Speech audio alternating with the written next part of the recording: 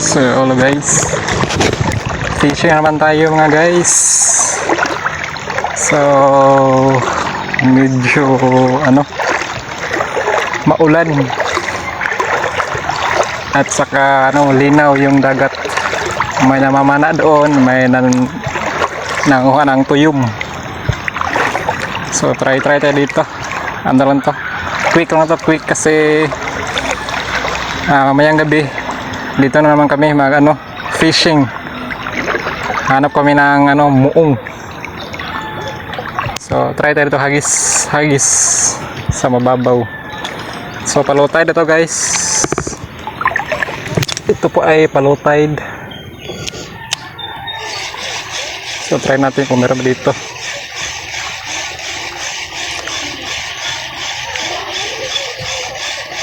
So try.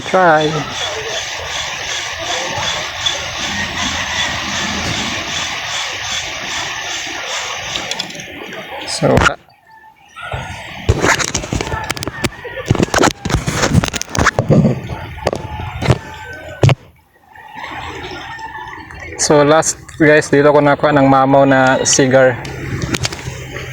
Yeah. May nag-strike guys. Ano kaya yun? Duda ko yun, baka cigar yun guys, yung nag-strike.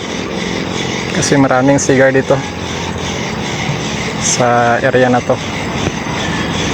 So umulan na guys, okay lang. Hindi naman tayo takot sa ulan eh.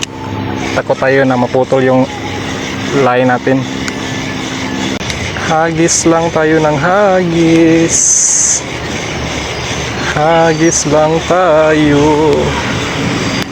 Baka meron.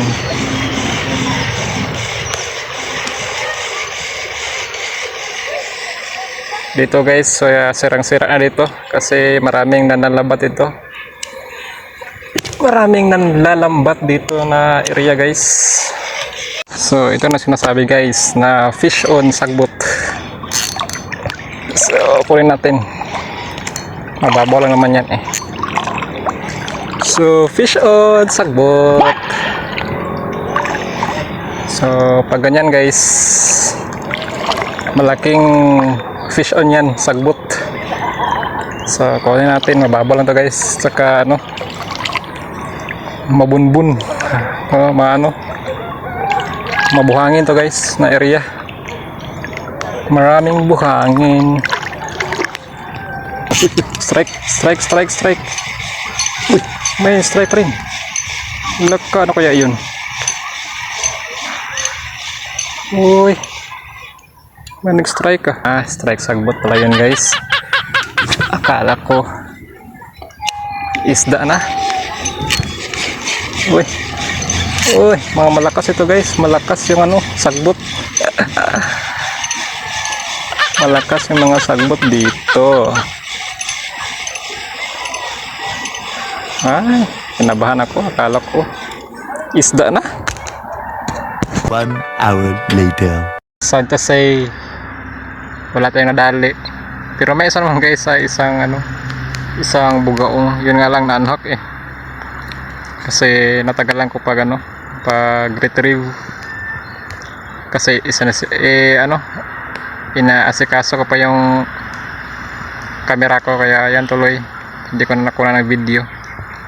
Pero maganda pa rin kasi maraming nag-strike. So out of 10 siguro may strike ito dalawa, yung iba sagbot na yun o damo. High tide pa. Pero mamayang gabi guys, balik ako dito together with my wife. Kasi maghanap kami ng mga maliit na isda na gawing kinilaw. So yung mga malalaking mata na medyo pula yung kulay. So see you na lang guys sa ating mga susunod na mga videos. So hanggang dito lang po tayo. God bless sa ating lahat. Bye bye.